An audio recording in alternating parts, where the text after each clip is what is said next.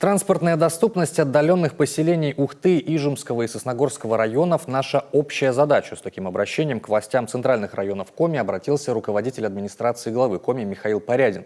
Поводом для этих акцентов стал вопрос содержания дороги Пожня-Керки на территории Сосногорского района.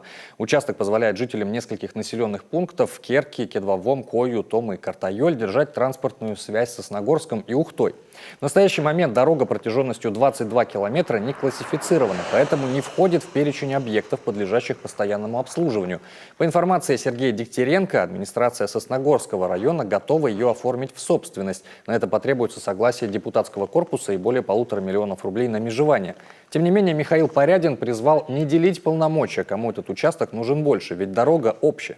Поэтому содержать ее должным образом задача регионального значения. При этом важно, что доступность поможет привлечь представителей малого бизнеса в отдаленные поселки и пополнить местные бюджеты дополнительными налогами.